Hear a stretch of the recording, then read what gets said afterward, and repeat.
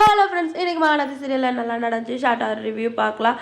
காவேரி வந்து contract marriage பண்ணிக்கிட்டா. விஜய் வீட்டுக்கு போன புதுசில் தாத்தாவுக்கும் காவேரிக்குமான பாண்டிங் எவ்வளோ நல்லா இருந்துச்சோ, அதே மாதிரி விஜய் வந்து இப்போ காவேரி வீட்டுக்கு வந்திருக்கிறப்போ சாரதாம்மாக்கும் விஜய்க்கும் இருக்கிற பாண்டிங் பார்க்கவே அவ்வளோ நல்லாயிருக்கு. குமரன் வந்து ஸ்வீட்டில் வாங்கிட்டு வந்திருக்கிறா. அதை வந்து பாட்டி சாப்பிட்றதுக்காக திறந்து பார்க்குறாங்க. சாரதாம்மா திட்டுறாங்க, 500க்கு மேலே இருக்குது சுகரு, உங்களுக்கு இதெல்லாம் தேவையா அப்படின்னு சொல்லிட்டு குமரனும் பாட்டியை வர்றாரு. என் பாட்டி இந்த வயசில் இதெல்லாம் உனக்கு தேவையா அப்படின்னு சொல்லிட்டு இப்போ குமரனுக்கும் விஜய்க்கும் சாப்பாடு பரிமாறுறாங்க. காவேரியும் உட்காந்து சாப்பிட சொல்கிறாங்க. விஜய் என்ன இன்னைக்கு இல்லையா, நீங்கள் இப்படிலாம் பண்ணுறதை பார்த்தா இன்னும் எனக்கு கெஸ்ட் ஃபீலிங்காகவே இருக்குது அப்படின்னு சொல்கிறாரு. அதெல்லாம் ஒன்றும் இல்லை தம்பி, நார்மலாக தான் பண்ணுறோம், நீங்கள் தயங்காமல் சாப்பிடுங்க அப்படின்னு சொல்லிட்டு ரொம்பவே பாசமாக விஜய்க்கு சாப்பாடெல்லாம் பரிமாறுறாங்க. இப்போ விஜய் வந்து குமரன் கிட்ட கேட்குறாரு, நீங்கள் வந்து சின்ன வயசுலேருந்தே உங்களை தெரியும்ல உங்களுக்கு அப்படின்னும் போது, சொந்த தாய் மாமா விடுங்க, இவர் எங்கள் பொண்ணை கல்யாணம் பண்ணிக்கிட்டதால எனக்கு மாப்பிள்ளை ஆகிட்டாரு, இல்லைன்னா அவர் எனக்கு மகன் தான் அப்படின்னு சொல்லிட்டு சாரதாம்மாவும் குமரனை பற்றி ரொம்ப பெருமையாக பேசுகிறாங்க.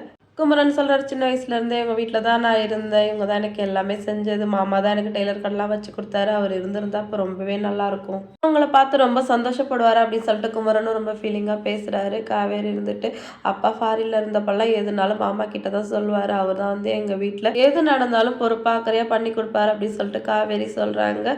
சாரதமாக இருந்துட்டு, இதெல்லாம் அவர் எங்கேயாவது இருந்து பார்த்துக்கிட்டு தான் இருப்பார் அப்படின்னு சொல்லவும் விஜய் ரொம்பவே ஃபீல் ஆகிறாரு.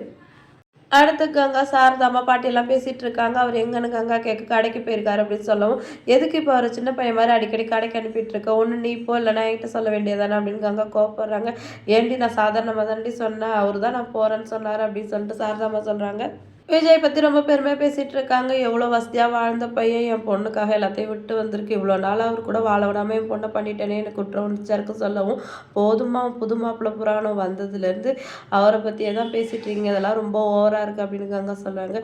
ஏண்டி அவ்வளோ வசதியான தம்பி அந்த பணத்தெல்லாம் விட்டுட்டு நம்ம வீட்டுக்கு வந்து இருக்காரு, அது பெரிய விஷயம் இல்லையா அப்படின்னு சொல்லவும், அதெல்லாம் முன்னே இருந்துச்சு, இப்போ அவரோட செலவுக்கே நம்மளை தானே எதிர்பார்த்துட்ருக்காரு அப்படின்னு சொல்லிட்டு கங்கா சொன்னோடனே உள்ளே இதெல்லாம் கேட்டுட்டு இருந்த காவேரி வந்து கோமா கங்கா கிட்ட பேசுகிறாங்க.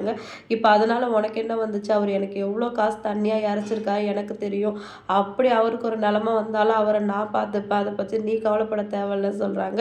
இப்போ நான் என்ன சொல்லிட்டேன்டி எகிரிட்டு வரேன் அப்படின்னு சொல்லிட்டு கங்கா திருப்பியும் காவேரி கிட்ட சண்டை போடுறாங்க. இருங்கடி நீங்கள் ஏண்டி அடிச்சுக்கிறீங்க அப்படின்னு சொல்லிட்டு சாரதாம்மா வந்து ஃபீல் பண்ணுறாங்க. பாட்டி இருந்துட்டு, ஏண்டி இதெல்லாம் வந்து விஜய் தம்பி காதில் விழுந்தா அவர் எவ்வளோ தப்பாக நினைப்பார் அப்படின்னு சொல்லவும், அது திருப்பி பாட்டிக்கிட்டே கங்கா சண்டை போடுறாங்க. உன் தங்கச்சிக்கிட்ட பேசின பார்த்தா பாட்டிக்கிட்ட சண்டை போடுறியா, பேசாமல் அமைதியாக வாய மூடிட்டு போ அப்படின்னு சொல்லிட்டு கங்கா வந்து சாரதாம்மா அதட்டுறாங்க. நான் சாதாரணமாக பேசுகிறது கூட இங்கே எல்லாரும் குத்தமாக தான் தெரியுது, நீ ஒரு 2வது பொண்ணை தள்ள தூக்கி வச்சுட்டு ஆடு அப்படின்னு சொல்லிட்டு கங்கா கோமா பேசுகிறாங்க. அடுத்து பார்க்கில் காவேரி சாரதாம்மா விஜய் எல்லாருமே வந்து வாக்கிங் போயிட்டுருக்காங்க. சாரதாம்மா கூட விஜய் வந்து ரொம்ப ஜாலியாக பேசி நடந்துட்டுருக்காரு.